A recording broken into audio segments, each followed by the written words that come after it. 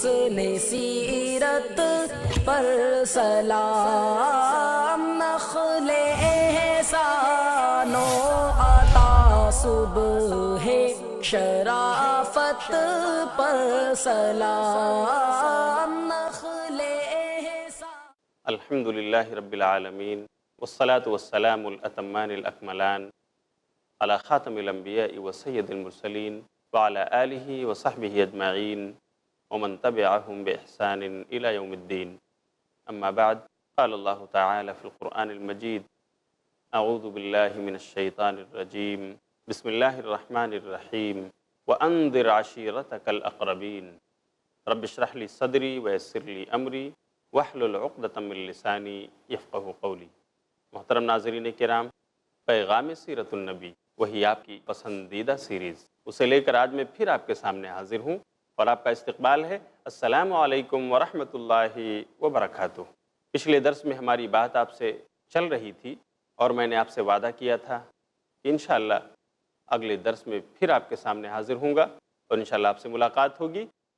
میں آپ کو یاد دلاؤں کہ پچھلے درس میں ہم نے نبی صلی اللہ علیہ وسلم کی سیرت کا وہ حصہ آپ کے سامنے بیان کیا تھا جس میں آپ سورہ شعراء کی آیت نمبر 214 اترنے کے بعد وَأَنذِرْ عَشِيرَتَكَ الْأَقْرَبِينَ، یعنی جس میں یہ حکم تھا کہ آپ اپنے رشتہ داروں کو کھلے عام تبلیغ کرو، دعوت دو، اللہ کے عذاب سے ڈراؤ، تو آپ نے اس آیت کی تعمیل کرتے ہوئے اس کی بجا آوری میں آپ نے اپنے قبیلے والوں کو، بنو ہاشم کو، بنو مطلب کو جمع کیا اور آپ نے خطبہ دیا۔ وہ خطبہ بڑے ہی سنجیدہ لب و لہجے میں تھا، ایک اچھا پیغام تھا انسانیت کے لیے، جس پر آپ کے چچا ابو طالب خوش ہوئے اور آپ کی حوصلہ افزائی فرمائی، یہاں تک کہا: اے بھتیجے، تمہیں جو حکم ہوا ہے اسے کرو، میں تمہاری مدد فرماؤں گا اور کسی بھی موڑ پر تمہیں اکیلا نہیں چھوڑوں گا۔ حالانکہ تاریخ بتاتی ہے کہ ابو لہب نے اس مجلس میں بھی گستاخی کی۔ اس پر ابو طالب نے جواب دیا تھا کہ جب تک میری جان میں جان ہے میں محمد بن عبداللہ کی حفاظت کرتا رہوں گا۔ صاحب فقہ السیرۃ النبویہ نے صفحہ نمبر 77 پر ابو طالب کے اسٹیٹمنٹ کو انہوں نے نقل کیا ہے۔ اس کے بعد ہوا یہ کہ نبی صلی اللہ علیہ وسلم نے اپنے چچا کے ان کلمات اور ان جملوں سے حوصلہ پا کر ایک دن آپ نے صبح صفا کی پہاڑی پر چڑھ کر کے آواز لگائی اور لوگوں سے کہا: یا صباحا، یا صباحا۔ یہ آواز لوگوں کو جمع کرنے کے لیے لگائی جاتی تھی۔ چنانچہ لوگوں نے سنا، آپ کے قبیلے اور خاندان کے لوگ جمع ہو گئے، جس میں ابو لہب بھی تھا۔ آپ نے اس موقع پر اللہ کی حمد و ثنا بیان کر کے اللہ کی توحید ان کے سامنے رکھی، اپنی رسالت کا بیان کیا، یوم آخرت کا تذکرہ کیا، اور آپ نے کہا: میں آپ سے ایک سوال کرتا ہوں، ذرا بتاؤ، اگر میں آپ سے یہ کہوں کہ اس پہاڑی کے پیچھے ایک مسلح فوج آ گئی ہے جو تمہارے اوپر لشکر کشی کرنے والی ہے، تو کیا تم اس بات کو مانو گے؟ ساری قوم نے، سارے لوگوں نے جواب دیا کہ ہاں، ہم نے ابھی تک تو آپ پر صرف سچائی ہی کا تجربہ کیا ہے کہ آپ اپنی بات میں جھوٹ نہیں بولتے ہو، آپ نے ہمیشہ سچائی سے کام لیا ہے، اس لیے آپ سچے ہیں۔ تب نبی صلی اللہ علیہ وسلم نے کہا: سن لو، میں تمہیں آخرت کے عذاب سے ڈرانے کے لیے بھیجا گیا ہوں۔ ابو لہب نے یہ سنا اور اس نے اٹھ کر کے نبی صلی اللہ علیہ وسلم کو برا بھلا کہنا شروع کیا۔ اس کے الفاظ یہ تھے: تبا لک سائر الیوم یا محمد لہذا جمعتنا، پورے دن تم ہلاک اور غارت ہو جاؤ، اے محمد، کیا تم نے اسی کام کے لیے ہم سب کو جمع کیا تھا؟ یہ بدتمیزی ابو لہب کی طرف سے ہوئی، لیکن نبی صلی اللہ علیہ وسلم نے اس کا کوئی جواب نہیں دیا۔ آپ نے صبر کے ساتھ اسے سن لیا، لیکن عرش والے کو برداشت نہ ہوا۔ عرش والے نے آپ کا دفاع کیا اور قرآن کی ایک پوری سورت اللہ نے اتار دی ابو لہب کی مذمت میں، جس کو سورہ مسد کہا جاتا ہے۔ اللہ رب العالمین نے ارشاد فرمایا: تبت یدا ابی لہب وتب ما اغنى عنه ماله وما کسب سیصلی نارا ذات لہب وامرأته حمالة الحطب فی جیدها حبل من مسد۔ کیا مطلب ہے اس کا؟ سیرت کے اس حصے میں ہمارے لیے کیا پیغام ہے؟ اللہ تعالیٰ کہتا ہے: تبت یدا ابی لہب وتب، کہ ابو لہب کے دونوں ہاتھ ٹوٹ جائیں، وہ غارت ہو جائے۔ ما اغنى عنہ مالہ وما کسب، دیکھو نہ اس کے مال نے اسے فائدہ پہنچایا اور نہ اس کے اہل و عیال نے، نہ اس چیز نے جو اس نے کما کر رکھا اسے کوئی فائدہ نہ پہنچ سکا۔ سیصلی نارا ذات لہب، وہ تو شعلوں والی آگ میں داخل کیا جائے گا، یعنی وہ جہنم میں جائے گا۔ وامرأتہ حمالۃ الحطب، اور اس کی بیوی بھی، کا نام ہے ام جمیل، وہ بھی جہنم میں جائے گی، جو لکڑیاں ڈھونے والی، لکڑیاں اٹھا اٹھا کر لانے والی ہے۔ حمالۃ الحطب ہے، فی جیدہا حبل من مسد، اس کے گردن میں رسیاں ہیں۔ اس صورت کے اندر اللہ رب العالمین نے گویا نبی صلی اللہ علیہ وسلم کی دعوت کا اور آپ کا دفاع کیا، اور آپ کے ساتھ بدتمیزی کرنے والے ابو لہب کو اللہ رب العالمین نے اس کی مذمت بیان کی، بلکہ اسے ہلاکت اور بربادی کی بشارت اللہ نے دی، اور ہوا یہی کہ ابو لہب ہلاک ہو گیا۔ ناظرین کرام، پیغام سیرت النبی ہمیں کیا مل رہا ہے؟ ہم سیرت نبوی کے اس حصے سے کیا سیکھ رہے ہیں؟ اسے پتہ چلتا ہے کہ اگر ہم سچائی کی دعوت لوگوں کو دیں، حق بات لوگوں کو بتائیں، سنجیدہ لب و لہجے کے ساتھ کسی کو برا بھلا کہے بغیر، تو ہماری دفاع کریں گے وہ لوگ جو عقل سلیم والے ہیں، کریں گے وہ لوگ جو سلیم الفطرت ہیں، بلکہ کرے گا وہ اللہ بھی ہماری سپورٹ، جو آسمانوں والا ہے، جو عرش کا مالک ہے، جو آسمان اور زمین کا بنانے والا ہے۔ اللہ نے اپنے نبی صلی اللہ علیہ وسلم کا دفاع کیا، آپ صلی اللہ علیہ وسلم نے صبر کیا، لیکن عرش والے نے یہ مذمت بیان فرما دی۔ کیا ہوا؟ ابو لہب بیمار ہوا، اللہ رب العالمین نے جو کچھ فرمایا تھا اس کے مطابق اس کو ایسی بیماری ہوئی کہ وہ طاعون کی زد میں آ گیا۔ اس طرح کی موت وہ مرا ہے کہ خود اس کے گھر والے اس سے نفرت کر رہے تھے، وہ ہلاک و برباد ہو گیا۔ اور کیوں نہیں، جب اللہ نے اس کی مذمت کی، اللہ نے اس کی ہلاکت کی بشارت سنا دی، تو پھر ایسا انسان آخر کیسے بچ سکتا ہے؟ اس لیے کہ اللہ کی باتیں تو سچی ہوتی ہیں، بلکہ اللہ سے زیادہ سچی بات اور کس کی ہو سکتی ہے؟ رسول صلی اللہ علیہ وسلم سے زیادہ سچی بات کس کی ہو سکتی ہے؟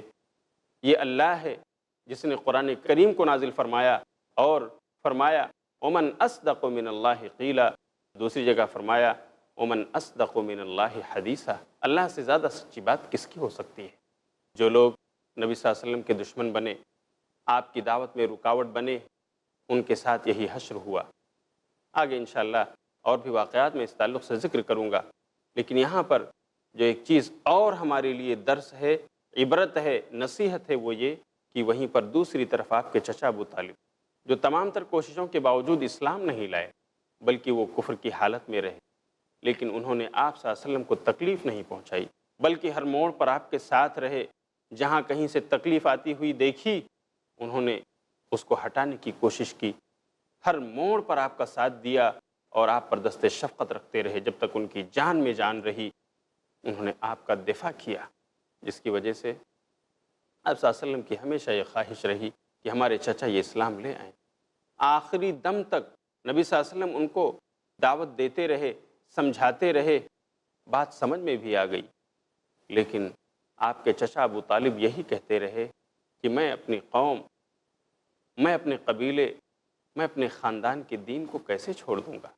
جب موت کا وقت قریب آیا، اس وقت بھی نبی صلی اللہ علیہ وسلم اپنے چچا ابو طالب سے کہہ رہے ہیں، چچا ذرا میرے کان میں تو بول دو لا الہ الا اللہ محمد الرسول اللہ، چچا میرے کان میں تو کہہ دو، یہ کلمہ پڑھ لو، کل قیامت کے دن میں اللہ سے سفارش کروں گا کہ اللہ میرے چچا کو بخش دے۔ لیکن وہیں پر بیٹھے ہوئے ابو لہب، وہیں پر بیٹھا ہوا ابو جہل، وہ بار بار یہ کہہ رہے تھے، اے ابو طالب، کیا اپنے باپ اور دادا کے دین سے پھر جاؤ گے؟ کیا ان کا طریقہ چھوڑ دو گے؟ کیا ان لات اور حبل، ان عزا اور منات کے منکر ہو جاؤ گے؟ ابو طالب یہی کہتے رہے کہ نہیں، میں اپنے باپ اور دادا کے دین پر ہوں۔ اس طرح سے ان کی وفات دین کفر پر ہوئی، ملت کفر پر ہوئی، وہ اسلام نہیں لا سکے، پر وہ نبی صلی اللہ علیہ وسلم کے حامی اور ناصر تھے۔ اس لیے ان کے لیے اللہ رب العالمین نے سب سے ہلکا عذاب رکھا ہے، وہ یہ کہ قیامت کے دن ان کو جہنم کی جوتی پہنائی جائے گی اور اس کی گرمی سے ان کا دماغ کھول رہا ہوگا۔ یہ صرف اس لیے کہ نبی صلی اللہ علیہ وسلم پر وہ شفیق اور مہربان تھے، ان کی ذات کا سپورٹ کیا کرتے تھے، اس لیے اللہ رب العالمین نے ان کے عذاب میں تخفیف کر دی۔ بات چلتی رہے گی، لیکن ناظرین میں یہیں پر رکتا ہوں کیونکہ یہ رکنا میری مجبوری ہے، پر آگے بات کو بڑھانا بھی ضروری ہے، تو میں تھوڑی دیر کے بعد پھر آپ کے سامنے اسی بات کو لے کر حاضر ہوں گا۔ اجازت دیجیے۔ السلام علیکم ورحمۃ اللہ وبرکاتہ۔ رحمت للعالمین کے انسان کی زندگی میں تباہی مچانے والے، انسان کو دہکتی ہوئی آگ میں داخل کر دینے والے، انسان کو اللہ کی رحمت سے دور کر دینے والے، انسان کے دل کو زنگ آلود کر دینے والے وہ گناہ جنہیں معمولی سمجھا گیا ہے، وہ گناہ جنہیں معمولی سمجھا گیا، جانیے شیخ سہیل رحمانی سے ہر جمعرات دوپہر 2:30 بجے اور رات 8:30 بجے صرف i+TV پر، بہتر زندگی کے لیے۔ الحمدللہ والصلاۃ والسلام علی رسول اللہ۔ ناظرین کرام، میں رضا اللہ عبد الکریم مدنی آپ سے مخاطب ہوں۔ ہندوستان میں اس وقت تمام مذاہب کے اپنے اپنے چینل چل رہے ہیں، ایک نہیں انیک، لیکن دین اسلام کی تعلیم، تبلیغ اور بات پھیلانے والا چینل، اور وہ بھی بلا کاسٹ، فری، سوائے i+ کے کوئی دوسرا چینل نہیں ہے۔ یہ چینل اسلام کی سیدھی سچی بات بغیر لگاؤ لپیٹ کے آپ تک پہنچاتا ہے، ایسے پروگرام جو آپ سارے گھر کے لوگ بیٹھ کر ایک ساتھ دیکھ سکتے ہیں۔ زمانہ جیسے ترقی کر رہا ہے، اسی اعتبار سے ہمیں آپ کو اس بات کا احساس ہے کہ ہم اپنے بچوں کو کس طرح سے ان چینلوں سے جو مخرب اخلاق ہیں، جو ہمارے بچوں کو بگاڑتے ہیں، ان کے اخلاق، ان کی تہذیب چھینتے ہیں، کیسے دور رکھیں، اور دین کی بات اپنے بچوں تک، نوخیز نسل تک، نوجوانوں تک، یہ جو پڑھے لکھے نہیں ہیں ان تک کیسے پہنچائیں۔ یہ چینل یہ کام کرتا ہے، بہتر انداز میں، اچھے انداز میں، اچھے معتبر علماء کے ذریعے۔ آپ تمام حضرات کو اس بات کا ضرور احساس ہوگا، مہنگائی آسمان کو چھو رہی ہے، کسی چینل کا چلانا کوئی معمولی بات نہیں ہے، بہت بڑی ذمہ داری ہے جو اس چینل کے ذمہ داروں نے اپنے سر لے رکھی ہے۔ میں ابتدا سے اس چینل کے ساتھ جڑا ہوا ہوں، آپ تمام حضرات سے اپیل کرتا ہوں کہ آپ حضرات بھی اس کے سلسلے میں سوچیں اور اس کے تعاون کے سلسلے میں بھی سوچیں، اور دیگر لوگوں تک اس کے پیغام کو پہنچائیں، لوگوں سے کہیں کہ اس کو دیکھیں۔ اگر آپ ٹی وی دیکھتے ہیں تو i+ دیکھیے، i+ دیکھیے جو آپ کی دینی ضرورتیں، دنیاوی ضرورتیں ساری پوری کرنے کی کوشش کرتا ہے۔ اگر آپ کی دلچسپی قائم رہی تو مزید اس میں دلچسپ، بہتر، اچھے اور سماجی ضرورتوں کے پروگرام شامل کیے جائیں گے۔ آپ تمام حضرات سے درخواست ہے کہ اس کے پیغام کو عام کرنے کے لیے آگے بڑھ کر آئیے، اس کا دامے درمے سخنے قلم ہر طرح سے تعاون کریں تاکہ یہ پیغام گھر گھر پہنچے اور در در پہنچے۔ اللہ رب العزت ہمیں آپ کو نیک عمل کرنے کی توفیق عطا فرمائے، اور اس کے ذمہ داروں کو ہمت اور حوصلہ دے کہ وہ حوصلہ شکن حالات میں بھی مضبوطی کے ساتھ، ہمت اور حوصلے کے ساتھ کھڑے رہیں اور اس پیغام کو دور دور تک پھیلانے کی کوشش کریں۔ پروردگار ہماری کوششوں کو شرف قبولیت سے نوازے۔ i+TV کے سپورٹر بننے کے لیے ابھی کال کریں 9588888826 پر۔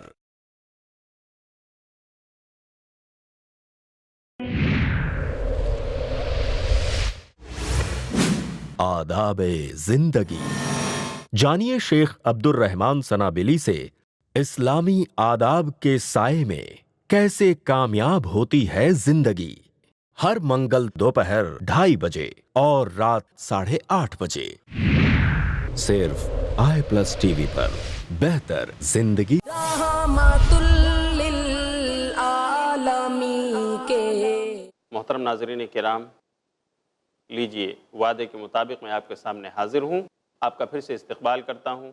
السلام علیکم ورحمۃ اللہ وبرکاتہ۔ بریک سے پہلے میں آپ کو بتا رہا تھا کہ جب ابو لہب نے، جو آپ کا چچا تھا، اس نے آپ کے ساتھ بدتمیزی کی اور آپ خاموش رہ گئے، آپ نے صبر کر لیا، تو اللہ تعالیٰ نے ابو لہب کی مذمت میں قرآن مجید کی ایک پوری سورت اتار دی، سورہ مسد، جس میں اس کے ہلاکت کی بشارت اور خوشخبری اس کو دی گئی تھی، اور نتیجہ یہی ہوا کہ وہ ہلاک اور برباد ہوا۔ اس طرح سے وہ ہلاک و برباد ہوا کہ خود اس کے گھر والوں تک نے بھی اس کا ساتھ نہیں دیا۔ پھر آپ اپنی دعوت کا کام آگے بڑھاتے رہے۔ چوتھے نبوت ہی میں، یعنی آپ کے نبی بنائے جانے کے چوتھے سال میں، اللہ تعالیٰ نے ایک اور وحی آپ پر بھیجی، قرآن کریم کی سورہ ہجر، سورۃ نمبر 15، آیت نمبر 94، اور اللہ نے فرمایا فاصدع بما تؤمر واعرض عن المشرکین، کہ نبی اب جس کام کا آپ کو حکم دیا گیا ہے اسے کھول کھول کر بیان کر دیجئے اور مشرکوں سے منہ پھیر لیجئے۔ یعنی گویا اس میں اس بات کا اعلان تھا کہ اب آپ کو صرف توحید کی بات نہیں کرنی، بلکہ توحید کی طرف دعوت دینے کے ساتھ ساتھ آپ کو شرک کی مذمت بھی کرنی ہے۔ ظاہر سی بات ہے کہ یہ مرحلہ تو پہلے سے زیادہ کٹھن تھا۔ پہلے تو آپ سے اصل میں صرف اللہ کی توحید اور اپنی رسالت اور یوم آخرت کا ذکر فرمایا تھا۔ اب اس آیت کی روشنی میں مشرکین اور ان کے بتوں کی مذمت بھی آپ کو کرنی ہے، ان کے کھرے کھوٹے کو کھول کھول کر بیان کرنا ہے۔ ظاہر سی بات ہے کہ یہ چیز اہل مکہ کے لیے ناقابل برداشت تھی، لیکن حکم ہو چلا تھا، اس لیے نبی صلی اللہ علیہ وسلم نے جا بجا موقع بموقع حالات کی نزاکت کو دیکھتے ہوئے آپ نے ان کو دلائل دے دے کر کے سمجھایا۔ ان کے معبودان باطلہ کی بابت نبی صلی اللہ علیہ وسلم نے ان کو بے شمار دلائل دیے اور بتایا کہ کس طرح سے یہ آپ کے لیے بے فائدہ ہیں، کس طرح سے یہ بے بس ہیں، جو آپ کے لیے کچھ نہیں کر سکتے۔ یہ تو اپنے اوپر اگر مکھی بیٹھ جائے اسے نہیں بھگا سکتے ہیں، اگر ان کو کھانا سامنے رکھ دیا جائے کہ اسے کھا تک نہیں سکتے، نہ یہ سن سکتے ہیں، تو بتاؤ یہ آپ کی باتوں کا جواب کیسے دے سکتے ہیں؟ یہ چیزیں دلیل کے ساتھ ان کے سامنے آپ نے رکھیں اور آپ ان کو بتاتے رہے کہ اب جو انسان ان معبودان باطلہ کو پوجے گا، ان کی پرستش کرے گا، وہ کتنا بڑا گمراہ انسان ہوگا، وہ کس قدر راہ حق سے بھٹکا ہوا ہوگا اور کتنا احمقانہ کام وہ کر رہا ہوگا۔ ایک بار ایسا ہوا کہ رؤسائے قریش، مکے کے چند سرکردہ لوگ آپ کے چچا ابو طالب کے پاس آ گئے۔ کیا بات ہے؟ کہا ابو طالب آپ کے بھتیجے نے حد کر دی ہے، دیکھو وہ ہمارے معبودوں تک کو برا بھلا کہنے لگا ہے، ہمیں احمق گردانتا ہے، بیوقوف سمجھتا ہے، ہمارے باپ اور دادا جو گزر چکے ہیں ان کو گمراہ کہتا ہے۔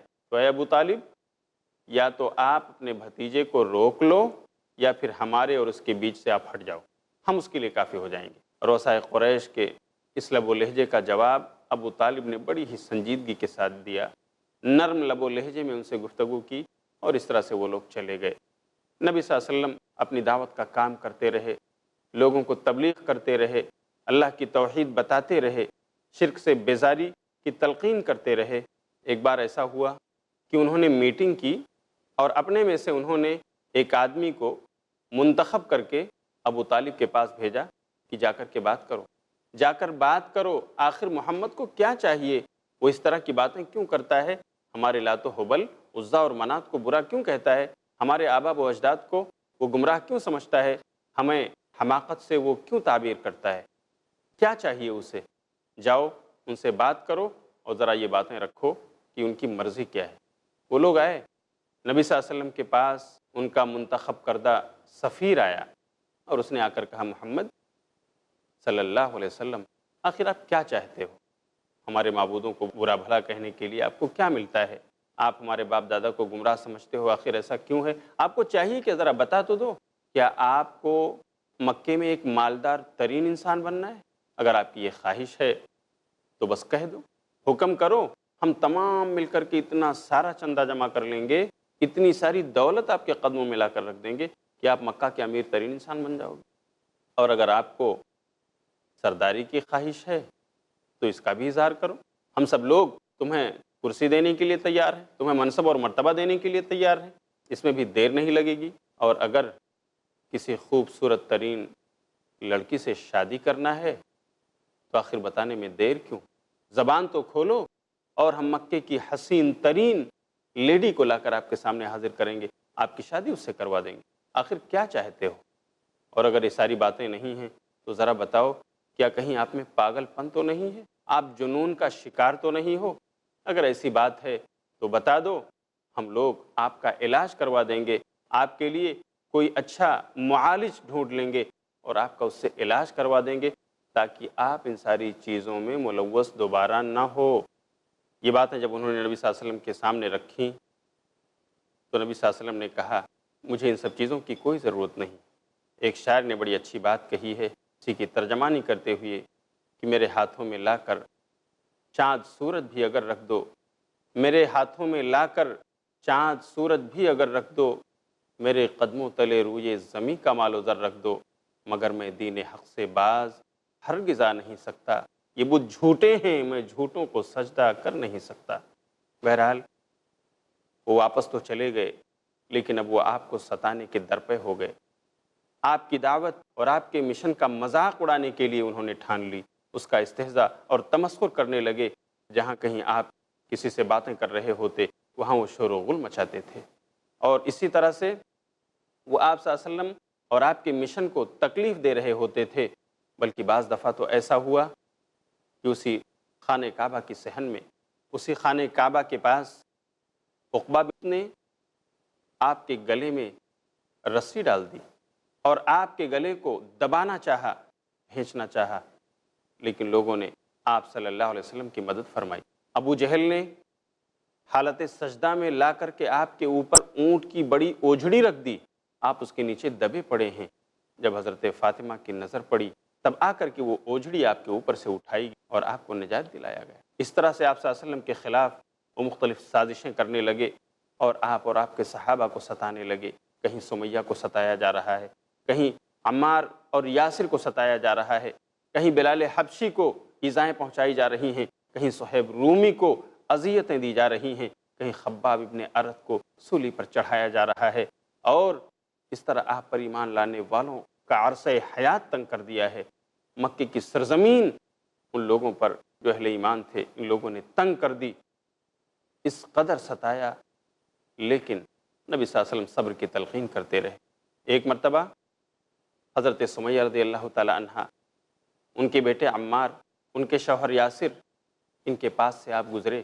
قبیلے بنو مخزوم ان کو تکلیفیں دے رہے تھے، ستا رہے تھے، ٹارچر کر رہے تھے۔ آپ صلی اللہ علیہ وسلم راستے سے گزرتے ہوئے گئے تو آپ نے کہا، صبرن یا آل یاسر، صبرن یا آل یاسر ان موعدکم الجنہ، اے یاسر کے خاندان والو صبر کرو، تمہارا ٹھکانہ جنت ہے۔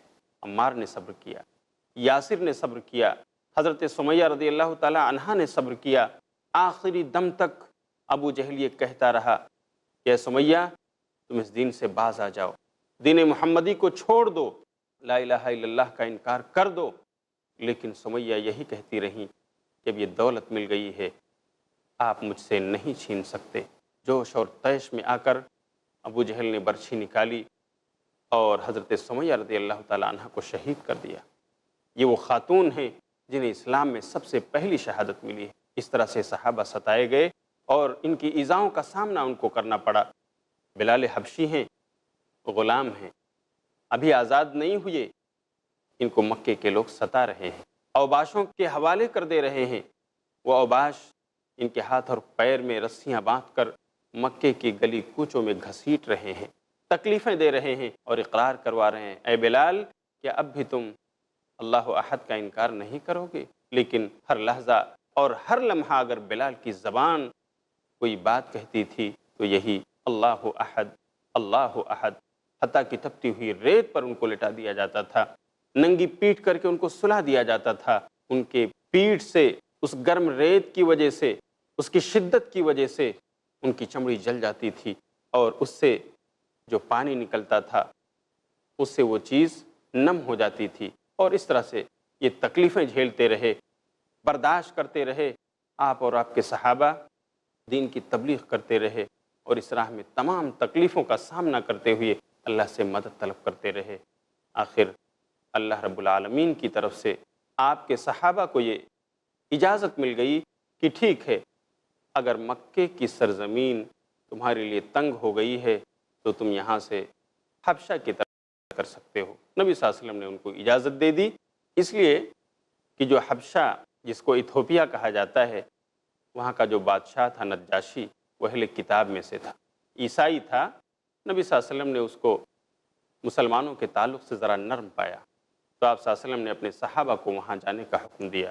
اس طرح صحابہ نے سب سے پہلے جس ملک کا سفر کیا ہے اپنے دین اور ایمان کو بچانے کے لیے، وہ نجاشی کا ملک ہے، جس سے حبشہ کہا جاتا ہے، جہاں کے رہنے والے بلال حبشی تھے اور جنہیں مؤذن رسول بننے کا شرف ملا۔ اس طرح سے یہ ابوبکر صدیق رضی اللہ تعالیٰ عنہ نے حضرت بلال کو خرید کر آزاد کر دیا، اور اس کے بعد وہ نبی صلی اللہ علیہ وسلم کے پاس آ گئے اور آپ صلی اللہ علیہ وسلم کی خدمت کرتے رہے، آپ کے خدام میں شامل ہو گئے۔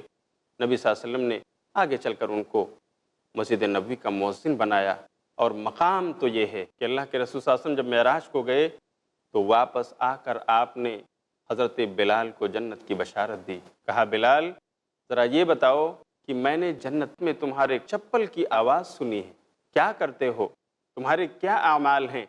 اس وقت بلال نے جواب دیا تھا کہ اللہ کے رسول میں تو وہی کرتا ہوں جو آپ کرتے ہیں، آپ کے صحابہ کرتے ہیں، جس کا حکم اللہ نے دیا ہے، کوئی خاص چیز تو نہیں۔ نہیں بلال کچھ ضرور کرتے ہو۔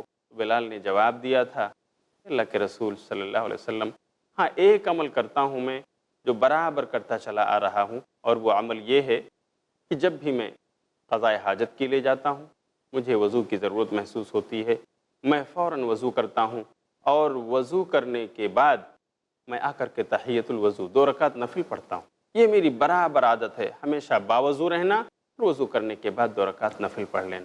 نبی صلی اللہ علیہ وسلم نے کہا ہاں بلال، تمہاری یہی وہ صفت ہے کہ اللہ رب العالمین نے تمہیں جنتیوں میں شامل کر لیا، تمہارے چپل کی آواز میں نے جنت میں سنی، یعنی تم جنتی ہو۔ سبحان اللہ، دین کی راہ میں صبر کرنے کا اتنا بڑا نتیجہ، ایسا اچھا رزلٹ۔ ناظرین، سیرت کے اس حصے میں ہمارے لیے کیا پیغام؟ یہی کہ اگر ہمیں ایمان کو بچانے کے لیے، دین پر قائم رہنے کے لیے ہمیں اگر تکلیفوں کا سامنا کرنا پڑے، اذیتیں جھیلنی پڑیں، تو ہمیں صبر کا مظاہرہ کرنا چاہیے۔ اللہ رب العالمین صبر کرنے کی وجہ سے ہمیں اس کا اچھا بدلہ عطا کرنے والا ہے، جیسا اس نے نبی اور آپ کے صحابہ کو عطا فرمایا۔ وقت ہو گیا ہے، باتیں تو اور بھی کرنا چاہتا تھا، اس لیے کہ آپ دل جمعی کا ثبوت دیتے ہوئے نظر آ رہے ہیں، لیکن مجبوری ہے کہ ٹائم سے زیادہ نہیں کہا جا سکتا، اس لیے آج ہمیں اجازت دیجیے، انشاءاللہ پھر اگلی نشست میں آپ سے ملاقات کروں گا، تب تک کے لیے انتظار کیجیے۔ وآخر دعوانا ان الحمدللہ رب العالمین، والسلام علیکم ورحمۃ اللہ وبرکاتہ۔ رحمت للعالمین کے حسن